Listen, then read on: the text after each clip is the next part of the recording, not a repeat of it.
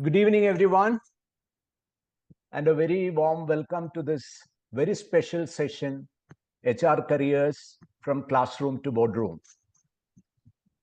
My name is Prem Rajan.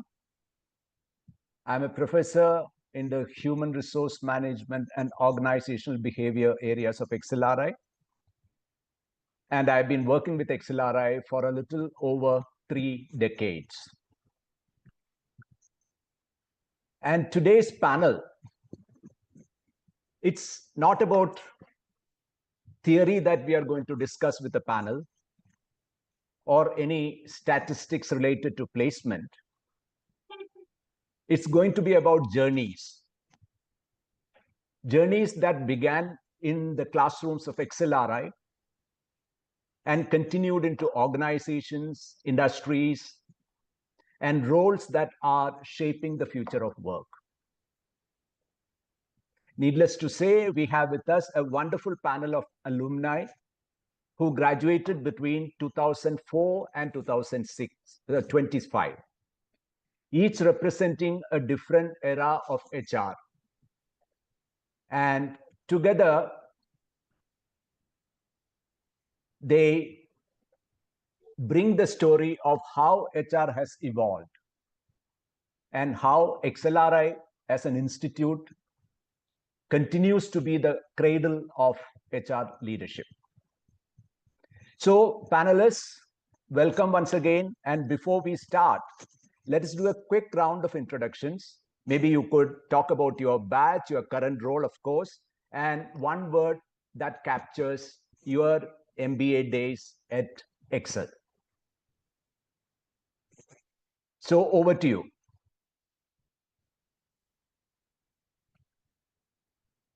I think let's start with the youngest ones. All right. I think I'll be the youngest here. So I graduated from the very recent batch of PGD HRM 2025. My name is Piyush Rai. I have currently joined Tata Administrative Services into their HR track. And one word that describes my Excel journey would be serendipity. Wonderful. The baton goes to Bhargavi. Yes. I'll go next. Hello, everyone. Bhargavi Kakunori. I'm the country HR leader for MSD India, also known as Merck & Company in the US. I'm from the batch of HRM 2012. One word that captures Excel journey for me will be unlocking potential. Probably we'll go through in the panel a few more stories that I can share, but I'm really looking forward to the discussion today. Thank you for having me. Great. Arman? Yeah. Yes. First of all, hello everyone, and thank you, Professor Prem Rajan, for organizing this really good chat and conversation. My name is Arman Seth. I graduated from XLRI in 2006. In my current role, I work as the group head of talent and culture for Syngenta Group, based out of Switzerland. And the one word that I would use to describe my journey at XLRI was formative. And like Bhargavi said, we can get more into why I say that later on in the conversation. Over to you, Tejinder. Hi, good evening, everyone. My name is Tejinder Pal Singh, 2004 batch. Thank you, sir, for inviting me and all of us here for a nice conversation. I joined the group from joined Aditya Birla Group from the campus, and I'm still with it. One of their companies is Novalis. It's like into the flat rolled aluminum products, and I'm handling the HR for Asia region for them. One word that would describe my time at XLRI would be transformation. It's not for a big word. It's because I wanted to be a scientist and I ended up being in HR. So it was transformation, but not an easy transformation. Yeah. Great. Thank you. Yeah. So as we move on, I'm sure we will get to hear from you much more about the journey that you had. So we would look at it in terms of a few segments. And in the first segments, I would really like to focus on your journey and the breakthroughs that you had. And naturally, nothing better than stories. So we would like to hear your stories. Each of you stepped into the world of HR, as we know, at different point in time. It was different markets, different challenges. What I would like you to do is to share one defining moment early in your career when you realize this is why I chose HR. So maybe this time we can start with more experienced people. So who would like to take it? Arman, Tejinder, Bhargavi? Should we do it in descending reverse order order. this time? Yes, TP, yes, you want to go yes. first? Let me start. Let me start. I think it was pretty early. I had just passed out of XLRI, and I was in my trainee days, and I was sent to a plant, Indo-Gulf Fertilizer, and I was asked by the VP HR there to do a study on engagement of workmen. And the idea was, okay, he just wanted, I think the idea was, okay, you have a trainee, do something and just go. So the idea was there is an engagement survey for the staff, just take a copy of it, translate it to Hindi and do it for the workmen and go. But I thought, okay, let me try to dig deeper and do a different survey. I even reached out to some XLRI faculty to understand how to design a survey. And then when I was doing survey, I was talking to these workmen late at night. I really found some issues which were really impacting them, and they came out very well in the survey also. So at that time, the feeling that, okay, as a person who's just a trainee, you can put in the data in front of, some senior people and have some good logic behind it and do something which can change lives of people for better and also help the organization. I think that was the kind of aha moment for me that, yes, yeah, I can do something in this role. All right. Maybe then I it can. is Arman, your turn. Yeah, and there's some similarity because my story also is from one of my plant stints, like TP just said. So I joined a company called Marico Limited right out of campus, and this was during my management trainee days. I actually had no work experience before XLRI, so the 2 years of education, while they were really enriching, this was really the first time I was in the corporate field. So. I was sent to a plant in Kerala, which was almost like a trial by fire because this was, as most of us know, it's one of the states which has a lot of industrial relations issues and so on. And they thought it might be nice for to send someone who had no idea of the language in a plant where most of the workmen were from Kerala in Palakkad. So one of the things that happened during my time there is there was a strike going on when I reached there, and there was a strike when I finished my internship in the plant as well. So the 3.5 months I spent there was during a strike. And the project which I was supposed to do did not finally happen. And the 3 months that I spent there was pretty much firefighting daily, trying to communicate with the workmen, with the HR manager there, understanding what the real issues were. But more importantly, understanding that a strike is not just a human resource problem, but how big of a problem it can be for business as well.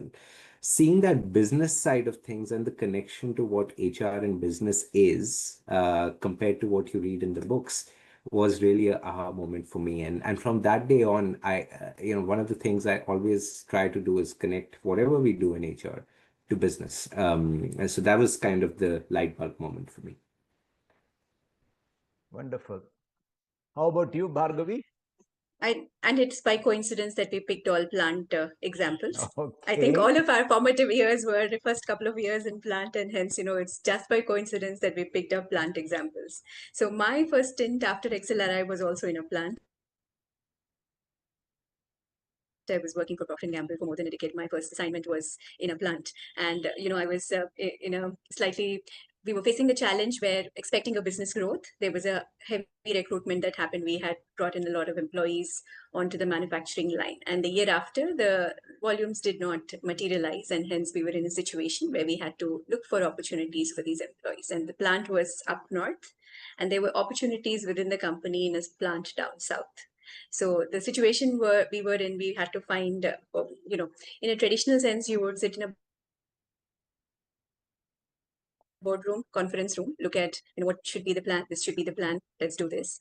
But then, I thought of something different. And, for the first time, we did something different is instead of us looking at how to solve the problem, why not take the problem to the people and ask them, if this is a situation, this is the problem where we are in, this is the solution that we expect. What could be the best approach? What does support look like in this situation?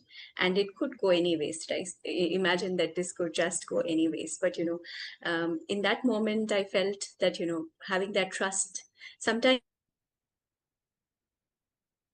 in situations we think we get a business outcome, but we cannot probably keep employees happy. But how can you? But there's always a choice of that integrative mind of how can you keep business at the core and employees also at the core and identify solutions. And it needs courage. And that courage, I think, is something that I learned in that process of how can you have an integrated mindset of keeping the employee at the center, no matter what that situation is, and taking them along with you and having a solution that's win-win. And I think that's been my identity all across. And I found solutions which are more integrative, which can help versus looking at either this or that. All right. I think there was some bandwidth issues with Bhargavi's connection. Occasionally, we are sort of losing you. All right, and we turn to the youngest of the lot. Have you already had occasion to realize, yes, I did choose HR for this day or something of that sort? Any aha moment? In fact, I would say my journey has been quite different than all the three here because I had 5 years of work ex before I got into HR. Very unlike a lot of students from my batch and Arman, you, right? A lot of them join right after their undergrad. So my aha moment happened before, and that's how I went into Excel. So I graduated from IIT Guwahati, worked with a bank's innovation lab for a few years, went on to then set up a business entity for a US consulting firm. And it's there when I was doing everything, it had a 360-degree element to it. That's where I realized that everything I do, recruitments, or every time I engage with a company secretary, or every time I work on a policy, every time it's HR, it really doesn't feel like work. And I think that's where the ikigai happened for me. And then I always thought, I would want to be in India. So India and HR, the thing that comes to your mind is XLRI. So in fact, I never gave any other exam than that. Was lucky enough to kind of get in. I think otherwise it would have been too late. But yeah, I think that's where the aha moment happened for me. Very good. Very interesting. You had, even though 3 out of 4 of you talk about your planned experience, I think even there you have a lot of, unique experience. Arman's baptism by fire kind of experience, and Bhargavi keeping the employees or keeping the people at the center of the whole issue and trying to take a transformative look at the issue. So wonderful. And Tejinder using the actual learning from Excel into that process. And not to talk about Piyush. All right, so let us move on and focus on maybe, I'm sure the audience may be curious about, though you did talk about what was your first role, but a little more deeper in terms of what was the first role. Was it something that you were expecting that from Excel when you're doing the program, this was the kind of role you were expecting, or there was substantial difference between your expectation and your actual role? In the sense that, did the reality really surprise you, or did it hit hard? Maybe your thought. Who would want to start there? Bhargavi, how about you? Sure. I hope my bandwidth turns out to be better this time. Yeah. This was again, my first role was, as I said, in the manufacturing plant. It was in Baddi in Himachal Pradesh. And I feel that any role in a manufacturing plant is very foundational to your learning. I feel that anybody who starts HR should start always in the manufacturing plant, I feel, because it sets them up, the learnings that you have in terms of managing people dynamics, managing small issues, principle-based behavior sets you up very well in the long run in your career. That's what I feel. And, a few examples of how you always should not know, leaders are not always expected to know the answers, but you should be able to ask better questions. That's been my biggest realization, I think. Very early on, when there were team issues, people issues, the moment you get into answering and trying to take sides, the entire conflict turns into a spiral, right? And the approach of authentic leadership is just to make sure that you're asking better questions and getting the teams more aligned.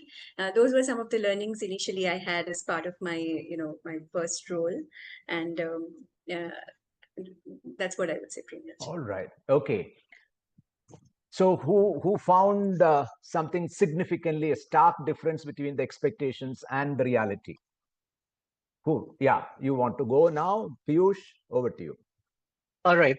So for me, surprisingly, everything I did um, before coming to Excel, it was kind of, converging towards HR. And then I was so excited to kind of start this HR journey right after Excel. And with TAS, we have different stints, right? So they ended up giving me my first stint in a business role. So it was, in fact, not HR, but rather supply chain. And uh, it was actually turned out to be a blessing in disguise, because I got to really look at the entire business value chain, and also look at people aspect at different ends. So I ended up doing a lot of supply chain work, but within that, I tried to also look at, for example, I had worked a lot on competencies, so credit to your course. And then how I ended up creating a training module for the supply chain team was one of the things that came out of it. So for me, it was different in that way. Now I'm back to HR. I'm working with Tata Steel on some very interesting projects. But the very first role was in fact a business role. Yeah, right. Wonderful. Tejinder. Yeah, I think let me tell you a story about my first role. We are interested in listening to stories. So 2003, I was in Excel and entering the second year, and this one guy, named Paras Kaushik, he's heading CHR of one of the companies. He comes to XLRI to meet one of the batchmates, just a couple of years senior to us. And he says he's posted in Hindalco, Renukut. I'm wondering, where is this Renukut? And then I ask him, and I realize, oh, it's really a remote location. I really pity the guy. And lo and behold, I end up going to Renukut in my first job. And there were 10 trainees who joined ABG from the campus who were supposed to go to Renukut out of total 30, 35, no, 10 across the campuses. I was the one of the two. And only out of 10, 8 leave before going back there. We started there and we had to complete 1 year in different location, go back. And we end up with only 2 people at the end of 9 months because nobody wants to work in Renukut. And then the other guy leaves within 1 month. So I am the only one. And then I was told I became HRBP for a very large plant. Thousands of people work there. I was told this place has a very low engagement score. Go and figure out what can we do. And I think everybody knew the problem. But I thought, okay, I had to do something. So I went there with this lot of excitement. On the first day, I sent an email to all employees that I'm your HR rep, and this is all I do. These are my accountabilities, and this is where I sit, because there was no space for HR guys to sit in the plant. We had a different office. I requested the plant leader to give me a location. And after that, I think it was a wonderful journey. People started coming to talk to me. I gave my phone number. I requested for an office, which was not expected there. And then people started coming, talking to me, and we did a lot of stuff. And in 1 year, we improved the engagement score by 26%. Wow. So It was really interesting. And I think one of the, I used to hear a lot. I didn't have experience of large organizations, that between theory and practice, there is a lot of difference from my colleagues who had prior experience much better than me. But what I realized, there is nothing more practical than the theory. Like, Kurt Lewin, just to quote him, everything that you learned has application. But you really need to apply the right thing at the right place. So I didn't have too much faith in a lot of things that I learned at XLRI till then, but I started having some faith in the OB theories and all. They really, really work. But the most important thing was like being humble, being approachable, and being transparent works, and how to deal with guys who are 30 years senior to you and all that stuff. So that was a wonderful experience. Okay. I wanted to start in a plant. I wanted to go in a place where a lot of change was happening. In fact, during one of the stints, one of the managers asked, "Oh, why don't you come to Mumbai?" I said, no. If you ask me, I'm going to leave ABG because I want to start this plant. I think that was a good choice. Wonderful. Yeah. And what would be your take, Arman? Yeah, very interesting stories, and I always draw parallels from what others are saying. I think for me, to begin with, it was quite stark because I have grown up in big towns, pretty much in towns like Bombay, Delhi, etc. My summer internship was with Ernst & Young, which was in consulting in Mumbai in a really fancy tower, C-suite interactions and so on. So that was kind of what my vision was that the job would look like. But my manager who hired me at Marico, and I till date credit him for the work ethic that I have, he saw the irony in my expectation and he said, let me change that. So my first year was spent, like I said, in Palakkad and Kerala, in the rural areas of Chhattisgarh and in Jalgaon in Maharashtra. So the experience very quickly changed to saying, hey, this is reality.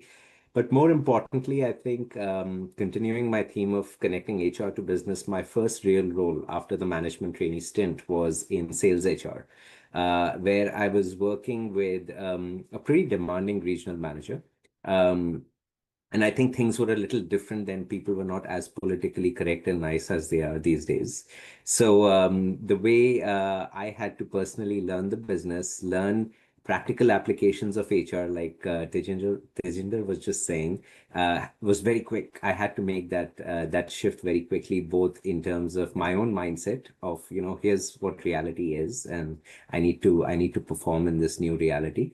But be also around saying, hey, all the theoretical knowledge that you have, how can you not sound theoretical about it, but make it real for business? And that was really something I had to learn very quickly in my sales HR role. But I love the fact that I actually spent that full year in areas which I wouldn't have ever dreamt of going before in my life.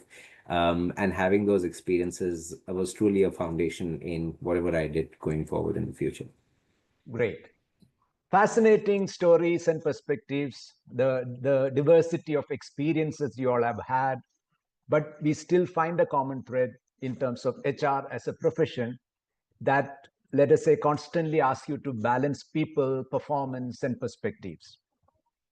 Thank you. Now let us move on. And here the focus would be a little more on how XLRI as an institute shaped you. So maybe this is the time when you have to rewind to campus days. So when you look back, what aspects of your time here shaped you most? Was it the classrooms, the projects, peer learning, or anything that comes to your mind, such as conversation outside the classroom? So what were some of those key aspects that shaped you the most during your 2 years at XLRI? Yeah, so we also have to be mindful of the time now. So so if we can be maybe a little briefer. I can yes. go. Yes. Yes, Bhargavi. Yes, I can go. So I am a hardcore finance graduate. I'm a cost accountant and worked in finance for 4 years before coming to Excel. So for me, why do you pick up HR? That question is I think most people answer, I like working with people, I love working with people, at least 10 years back. I think the answers would have gotten more sophisticated with ChatGPT these days. But, that True. wasn't my answer. I loved working with data and, analysis, and all of that was, my hardcore forte. What really shaped me in Excel is about this deep introspection into self, and the learning that, the number of tests that we took on, learning about yourself. I think I just made guesswork during my 2 years in Excel, but it really laid down a seed of self-realization for me after those 2 years. And I do think that that's a very important part of unlocking yourself, because you can lead others only when you know yourself so much more. So I felt that was the unlocking that happened, and that emotional shaping happened in the classrooms, outside the classrooms, in the conversations, debates, in the it's just the nurturing culture that the XLRI ecosystem builds that helps you, right? So that's Wonderful, my take. wonderful. A quick round of thoughts from others. Yeah. Yeah, Yes, maybe Arman. I Yeah, can yeah. share. So I think one of the things which strikes me about my time in XLRI is XLRI teaches you to be mature as an adult and prioritize your time. I think it's one of the few campuses which gives you the flexibility of taking what you need, right, in terms of what the syllabus is, what the course offers, but also having a life outside of it, right? And I think one of the things we do every day as professionals is how we manage our time and how we manage our priorities. And compared to other institutions, I do believe XLRI treats its students like adults. They allow them to make choices for themselves, and they hold them accountable for it. And I think that is something which I really learned after coming to XLRI, that I can choose to be in class or sometimes not. But here's the trade-off that I'm making, right? By not being in class or by being in class. So, and those are trade-offs we make every day as professionals. So that's something which I carry till today. Great. Maybe I'll just move on to the next question so that we can just look at it in terms of complementing the same conversation with your perspective on whether there was any, let us say, any course, any faculty member, or any key critical incident that changed the way you think about HR or leadership during your stay. Fine. And of course, you may name good ones only. But since I was also teaching you, so you can recuse me and my course, you can talk about anything else. So maybe here I would suggest Tejinder, you take the lead. I think We'll go to the youngest one. Yeah, I think few courses that come to my mind. One was the LIP, Leadership, Influence, and Power by Professor Venkat Krishnan. I think Professor Shukla, his cross-cultural course, and the way the person is, so humble and so nice. He's teaching, nobody's listening, but he doesn't get angry. There was one guy, Biswa Tosa. I don't know whether he's still there. I think it was a wonderful experience. We were in HRI and took a course in strategy, and you have a complex case, and then he will give you a very simple solution of the entire thing, which really, makes you think that complex things can be solved in a very simple manner. I think that was really a course I really enjoy and really look back to even now. Okay. And of course, all the electives that I have, ISF, right. TASV, everybody was, I think, really good. First year was different. Wonderful. And Piyush, any incident beyond courses also? I think it was the specific course we used to have with Manish Singhal sir, which was OB2. And he was very particular about those group assignments, and we were supposed to kind of, rank each other. So it was it was quite a tricky course that way. Till then, I thought I'm really good with people, and then that course happened, and then I learned a lot about how do you kind of work with individuals. So there was a lot of learning in that course from the point of view of how do you work with different people, and what each of them brings to the table, and then how do you manage egos. And I think that'll go a long way in how in the career ahead. Another very interesting course, which was not really HR, it was BEAM, Behavioral Economics and Experimentation Methods. So that's taken by Professor Sumit. Fantastic course. I think such a good mix of learning about behaviors and then kind of marrying it with business economics and all of that. So those are the courses that really were quite fun. Great. And what are your takes, Arman? I can actually remember an incident. I'll talk about an incident, and we used to have a course on public speaking by Professor J. Surajan, where we were obviously supposed to dress up in suits and come to the class and talk about a topic which Professor J. Surajan would give us. And I think we took it lightly. We took it a bit lightly the first time around, it was something which we realized only after a couple of classes, that what he was making us do is what we would probably have to do every day of our lives when we get into jobs. But at that time, we didn't really realize why it was important to stand in front of your friends who are probably trying to make fun of you when you're up on stage. But I think the fact that he forced us to do it every class is something that really stuck with most of us. And if I talk on behalf of my batchmates as well, it has very funny memories, but also I think we're all very thankful that we went through that as well. And of course, there are other professors like Professor E.M. Rao, Professor Padi, concepts that they teach about, topics that can sometimes be dry around industrial relations, etc. But the way they actually bring it to you is something that we still hold dear. Yes, wonderful. Bhargavi, you would like to add your experience? So I think the experiences remain consistent across the batches is how I can see. I can so much relate to what they're saying. Yeah. I mean, I also had a couple of, the performance management course by Soumendra Bagchi has left a clear impression on me on how to look at a business problem. Start with business critical success factors and, really look at then what else follows. So focusing on defining the problem first has become very embedded in how I think, and many professors I can think of, right? And I think the most transformative was also when I was writing my own autobiography.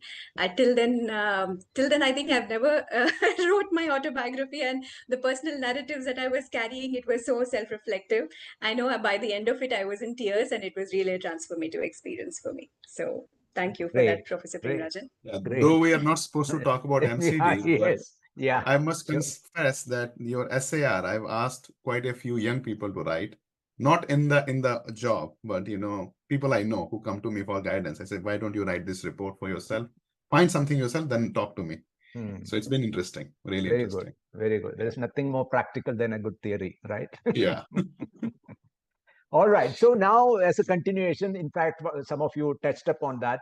What about Excel culture? How has it prepared to, manage this complexity, ambiguity that you're facing in the work life? So, how has Excel culture shaped you? Any quick thoughts?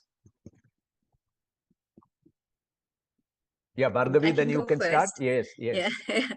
Maybe I think for me it's been the integrative mind, right? So I think personally a very deeply analytical, data-oriented person, and the aspect of bringing the human element of human sensitivity on how do you look at problems, both the intellectual rigor combined with the reflection really helps. I think that's what Excel has taught me and defined me, and the decisions that I've taken, I think, have stood testament to the fact that I'm able to bring that courage to think both things together. So maybe that, and others can add on. Yes. Other cultural elements. I think. Yeah, go ahead, sir. Go ahead, Yash. Yeah, I was saying for me, one of the things that was quite a rewarding journey through this entire Excel experience was being part of a lot of these informal and formal social groups. So we had different committees in the college, and what it taught me was bringing always the most authentic self to the table. Really allows you to kind of bring the best out of you in a group setting. And I learned a lot of that outside the classroom when I was in these committees and different formal and informal groups. So that was one thing that was quite nice. Yeah. All right. Anything others would like to add? Yeah, I think when I was in the first, our seniors were going for placements, and we were still coming out of dot-com bust. So things had not settled down, jobs were not so common. One bummer and we started a group for preparing guys for GD. And then we requested some of the professors to come and requested the institute to provide us video equipment. We did recording. I think things like that, where you can take some initiative, which nobody's expecting you to do anything. And the kind of satisfaction you get out of it is huge. So that going back to my Hindalco stint, I was having a conversation later with Professor Shukla, and he said, yeah, one thing we don't teach is that, you can define your job yourself. The lot that's not defined in the job, but you can do yourself. I think that was a really amazing thing. Yeah. Great. Anything to add, Arman? No, I think just finally, I would say the power of network is so strong in XLRI. I think our differentiator as an institution is we are far more collaborative when you're in XLRI, but more importantly, when you're passed out as well. You don't have to think twice reaching out to another XLR, no matter which batch they're from. And usually 99% of the cases you would get some kind of response, positive or negative, but you will get a response. You won't be ignored, is what I would say. And I think that makes this community really powerful. No wonder they are called as Excel Mafia. Indeed. All right. Great then. So you can really see that 2 years that you spend at Excel, it was not just about learning models and theories and frameworks, but maybe in a sense about discovering a voice, something to do with the HR voice that questions, listens, and leads. I think that's the way I would like to conclude that part. Now let us spend some time in terms of just focusing on HR in your time and HR today, right? Probably for Piyush, not much of a difference, but rest of you, I'm sure you have a lot of experience in terms of your ability to compare those days and what you are going through today.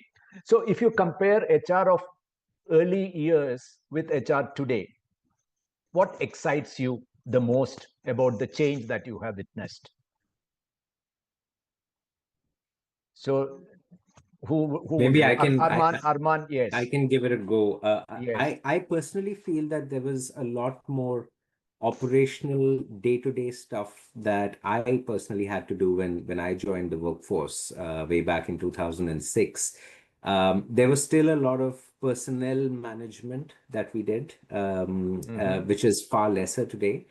I think the way HR is treated in the organization and the impact that HR creates is far more strategic, far more impactful in terms of the business today, because a lot of what we used to do has either gotten automated or we've offshored a lot of it. So people who are truly business partners are focused on the business. People who are in centers of excellence are focused on creating the right frameworks and being excellent, as opposed to doing the day-to-day operational work. Now, I'm not saying that's wrong. It is very important to go through that phase because that kind of builds your foundation. But as you grow in an organization, as you grow in your career, it opens up more space for you to think more, to focus on design thinking, to focus on, again, business results. And that's what the business asks of HR these days. So I see a tremendous shift in the right direction. Okay. So you think that HR has really started getting the kind of respect it deserves, and it was probably a little less in those days, and today you find HR occupying the table of decision making, a place in the boardroom, etc., are becoming increasingly common. Absolutely. And right. you're spot on. It is. And like you said, it's also about how we approach our roles and how we approach what HR stands for in the organizations we work for. But I see that shift. Absolutely. So would you all share the similar kind of this thing, particularly Bhargavi and Tejinder? No, I would differ because maybe because of the organization I started with, they had a focus on HR. I think I saw HR respect that time also. But what I see the change is at that time, we had to push the leaders on a lot of stuff. There were some leaders who were very proactive on HR. But now what has happened is a lot of CEOs and leaders, for them, HR has become very important. Yes. They themselves, the CEO themselves leading the talent management discussion. Few years back, when I would go to a manager, and I've worked a lot in manufacturing, what's your focus? I say, oh, I need a stable IR. But now you go and you talk to them, oh, I want talent management pipeline. You were seeing all that in beautiful articles. It was not happening. But now, really, there are some leaders who know more about HR than some of the HR guys. And that keeps us on our toes. Yeah. Great. Bhargavi, you want to add? Yeah, I think very similar, Professor. I passed out in 2012. I think I mean, from day one, I saw that HR was treated as a strategic partner with business. I never had a situation where, we had to convince somebody on some, earning respect or seat at the table. Maybe it's the organizations that I was part of, always part of strategic function that was always consulted, advised, and core to how businesses run, right? But what I've seen has evolved over from there to now is what value add we bring to the table. I think the value add is, there's a lot of augmentation with this data enablement that AI brings in.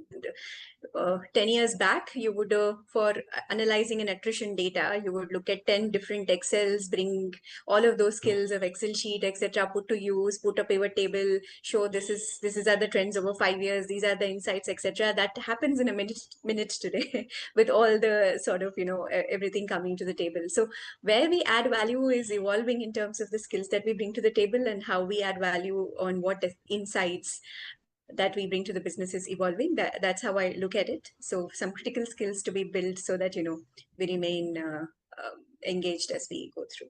Yeah. Any final thought from you, Piyush, on the topic? I think bringing structure to the unstructuredness is how I look at HR, and a lot of what I see a lot of my peers doing today, it's that there's so much of unstructuredness when you talk about people and people operations. So kind of bring a structure to it is what HR has been, and it's a difficult problem to solve. Okay, so you are concluding, all of you, in a sense, HR is no longer treated as a support function. Of course, there are exceptions in some of the organizations, some of the industry, even those days when you all joined, probably HR had that respect. But by and large, you're saying that HR's criticality has become more and more real. Fine. So it's more like a strategy function. Maybe we can say a strategy function with a soul. Fine. So maybe the next decade belongs to those who can blend analytics, fine, as an additional thing that Bhargavi was talking about, how we had to spend multiple Excel sheet, etc. Today, the click of a button, so the mouse, you can get all those information, and with AI, etc. So maybe blend analytics with empathy and technology with a human touch. Now let us focus on the aspirants who are trying to get into institutes like XLRI. So XLRI's HR program and the aspirants who are wanting to join this particular program. So according to you, based on your experience, what I would like to know is what kind of a person or persona should think of building a career in HR? Are there certain key, what would I say, inclinations, skills, competencies, etc., or attitude that they should be bringing to build a career in HR? So what are your thoughts? Who is taking that? Let us get a fresh perspective from Piyush, because you recently passed out. So therefore, what do you think should be there? I definitely don't think that there's one personality type or one persona that kind of fits into the HR bucket. Even in my batch, we had people of all kinds of aptitude, both emotional and then logical, and all of them kind of fit into certain aspects of HR. But couple of qualities that definitely I feel are quite important. One of them is resilience and patience, because a lot of work that you do, especially if you're starting out in a manufacturing plant and spending some years there, So the career itself requires certain patience and resilience to it, and optimism. I think a lot of times people look out to you for a lot of solutions. So that optimism is another key skill, soft skill that I think is going to take people places. I guess. But yeah, those are my thoughts on what I think is important if somebody's trying to Okay, look at. let me get your thoughts vetted by the veterans, right? Let me find out from Tejinder, what would you say on the points Piyush talked about? I think Piyush is correct in the sense that, in HR, you need to absorb a lot of things. Sometimes it can, my organization is going through a global restructuring right now. So sometimes you have to absorb a lot of things. You can't share with anybody. Sometimes you don't agree with everybody, but you're still holding it. So at that time, being optimistic really, really helps. So I think that ability to take the good with the bad and not so there are a lot of things you can get done if you don't want the credit. And HR may not get the credit, but if you are really in the, I want to be in the leadership team meeting and telling, oh, I'm going to these three things this week. Very important thing is coming, but you can't say it. So those things, I think what Piyush said was really important. Yeah, and I Yes, also agree there is no one persona for HR. absolutely. But Absolutely. what I say is that I have seen some very, very good people who really understand HR very well, but they don't like working with people. They Mhm. don't sometimes they are all kind of people, right? People are people. There are people who get along with you well, people who don't get along with you well, personalities that you don't like, but in HR you have to take everybody along. So if you are not one of those guys who can look over these individual differences and your personal liking and maintain a position where you can be unbiased or try to be unbiased, I think 100% unbiased may not be possible. Maybe this is not the right line for you. Otherwise, more diversity, the better. But that is one element. If that's missing, that can be a problem. That's great insight. Yeah. Arman? No, I think great points both by TP and Piyush. I especially liked how you put it, Piyush, finding structure in the unstructured. I think there's a lot of what we do that in our daily lives. I think the only point I would add is given something that TP just said, a lot of managers these days know more HR than HR themselves. So the expectation from HR then is not to just be a functional expert in HR, but also know a lot more about the business so that you can actually have a common ground when you're talking. So HR is not just about knowing the right theories in HR, it's also about knowing how to read the P&L, understanding what are the business levers which are impacting business so that when we as HR professionals are talking to business leaders, they know a lot of what we are doing. We should also know what they are doing, right? So that will always keep you on the table, always keep the position and the discussion strategic. So taking interest on the business side of things is very important in being a successful HR partner these days. Great. Bhargavi, your perspective. Just adding what Arman said, and all of them said, right? One, I think your leadership skills get tested in an HR role than any other role, any other functional role probably. And I think all of those recipes of what makes an authentic leader are all getting tested as an HR leader in any organization. But one myth I want to break is I want to do business, I don't want to do HR. I think HR are first business leaders more than anything else. Like Arman said, it starts with core understanding of the business, and everything else, we work towards how to enable that, right?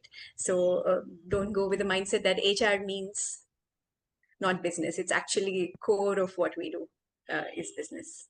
Great. So maybe I would like to say that HR is also, in a sense, maybe I'm making it sound a little what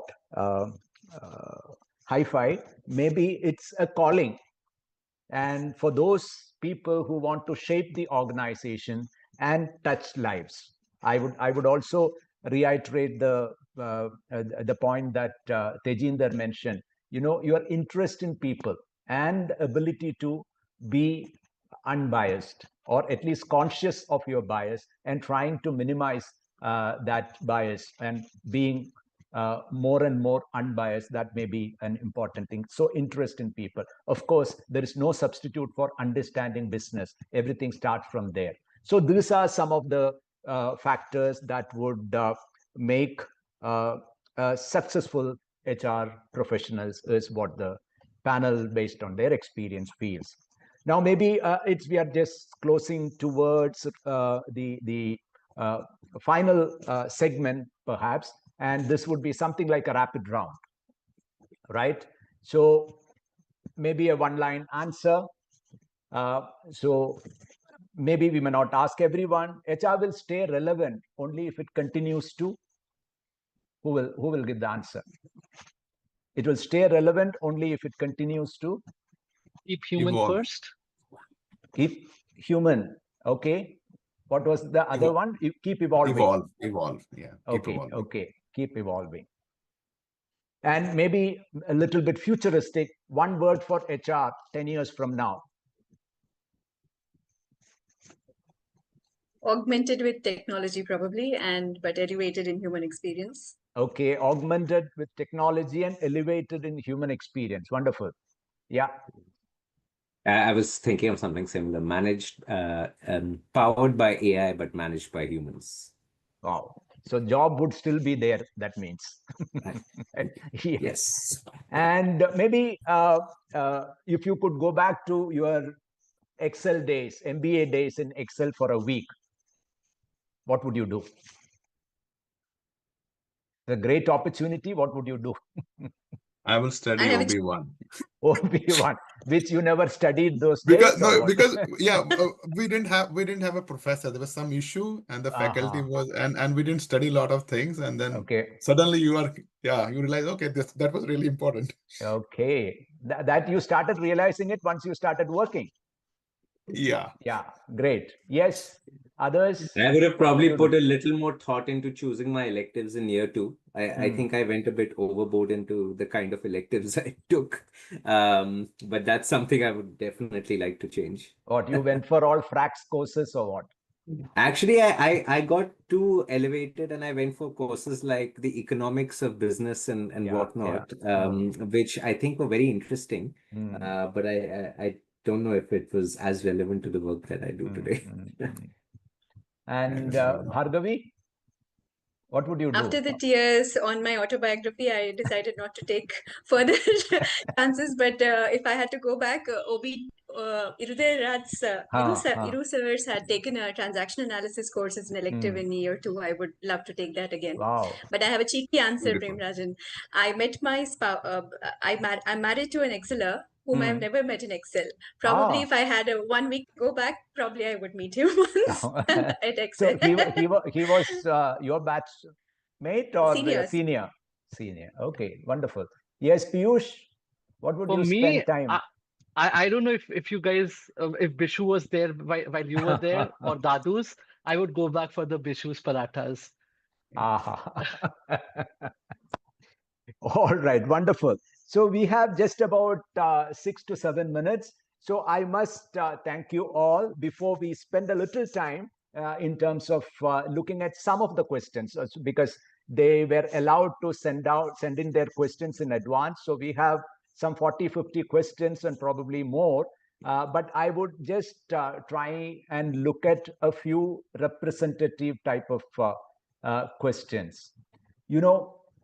One is, in a sense, that you have talked about what core competencies are essential to succeed as an HR professional across recruitment, employee relations, L&D, and HR operations. And as practitioners, you are the best people to talk about. Maybe each question could be directed to one of you. So IR, labor relations, and recruitment, etc. Probably Tejinder, you would have a range of experience. So I have I have an opportunity to work in all these areas and in multiple businesses. So I think the most important thing is attention to details. Okay. You have to go into details. You have to talk to people. I think that's the most important. You can figure out a lot of stuff. If you know where to refer, you can do it. But that's the most important crux. Okay, great. So unless others have nothing to add, let me move to the next question. This is something like there are many people who are wanting to know, people with engineering background, how difficult the transition would be. So that's actually my way of putting it, but they have very specific question, but it broadly revolves around that. From engineering kind of bend of mind is what perhaps they are referring I'm an to. engineer. Yes, I'm sure many Yeah. of you. I'm not sure about others. Yeah, at least there is one more I can see. So how would you look at the transition challenges? I think engineering teaches you to being analytical. Hmm. It's very useful in HR. Okay. But I think the part which engineers may miss is they want everybody to understand their logic. But people don't work on logic. There's a lot of emotions and a lot of drivers, which. So if you understand that well, engineering can be really helpful. Great. And Piyush, you would still go for finding structure in unstructured. That's an engineering. Yes, and I think being an engineer really helped me sail through a lot of my courses. But I think I learned a lot more about adding to Tejinder sir's comment to find the gray in a lot of black and white. I think finding and acknowledging the gray is something I learned, which a lot of times we're not really taught as well in engineering. Okay, great. Maybe I assume that both of the others are non-engineers. So what's your perspective then? From your own experience of interacting with colleagues or batchmates who are all engineers, because almost 60% of the batch would consist of engineers, right? So I was a finance graduate. Finance graduated. I think it really helped unlock some parts of me that helped me a better leader. Understanding yourself is the first step towards leading others, I feel. So I think that from that standpoint, it really helped. And it also helped because, some of the subjects were so easy. In fact, you could take classes for my rest of. I used to take classes from my rest of my batchmates for all the accounting courses. So some subjects become very easy. No wonder you ended up as the topper of the batch. Yes, great. Yeah, I think the same for me. Yeah. Like Bhargavi, I was a finance graduate, so I think the numbers side was never a challenge. But I like you said, sir, I think more than 70% of our batch was engineering, with an engineering background. And I saw some of them who made the transition much quicker, like Piyush and TP were saying, to not find logic in everything. Sometimes you have to find that, the gray.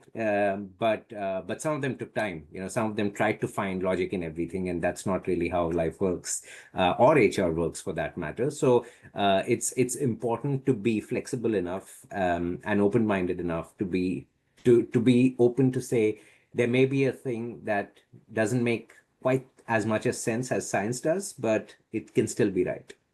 Great. Now there is one more question. There are several questions around this area which you would have guessed. The question is, how will artificial intelligence change HR roles? And it is followed up with this question, and what upskilling path should HR professionals follow to stay relevant and lead tech-enabled initiatives? So any thoughts from... I can go. Yeah, please. I can go in terms of, augmenting the increasing productivity of HR professionals. Or artificial intelligence is helping immensely, right? Database decision making is at fingertips, which used to take quite a bit of a while to get to where we are. So there's clear database decision making, there's clear productivity that we release on operational processes that we do. Without taking away the human element, all of this becomes really important. Upskilling ourselves in terms of staying up to date on learning technologies is important. While having said all of this, I think one thing to remember is not to go after the next shiny thing ever. I think the core is, what is the problem we are trying to solve? How does this address that problem? And is this needed to address that problem or not? I think everything has to be rooted in that reality of the problem, and falling in love with the problem than the solution is more important, because that's where I feel that a tool comes and we try to use it, but what is the real value that you want to add is not clear. So we have to marry these always. Yeah. Any other thoughts on the topic? I think just building on what Bhargavi said, AI will change, but possibly what all people are saying, the real change may be very different. It's like, the big data or the the internet, we heard so many things. What will happen? A lot of things happened, but they were different from what was predicted. I think what we can do is keep learning and not lose the people touch, which I'm afraid is getting lost, where people get the time to interact and be a thought leader, have your own views on things. So keep upgrading yourself. Great. Well, I can share what we are doing at Excel in terms of this very program, HR program. From this year onwards, we have introduced kind of specialization within HR. And HR students can specialize in one of or two of the 6 areas. And one of the area is future of work, right? And there we have introduced several courses which are related to AI or digitization, technology, etc., etc. Analytics, of course, it's been there. So this is the way Excel as an institute is reimagining its curriculum to stay relevant and upskill the products. So that is what we have been doing. So I think we have come to more or less the close of the session. I must thank you all very, very much for that wonderful time that we all had here, and for reminding us that why HR as a profession matters. And people there in the audience, what you have heard are not just HR career journeys or HR career stories. They are probably kind of glimpses of what's possible when passion, your own passion, meets the kind of preparation that you put in, and when learning meets purpose. And this is what our institute XLRI stands for, a place where we don't just teach HR, we create HR leaders. Thank you once again, panelists and all the audience, for being here. We'll stay in touch. Thank you. Thank you, Professor, for having us. Thank you, everyone. Thank you so much. Thank you, Thank you. Professor. Thank you. Thank you. Yeah. Bye.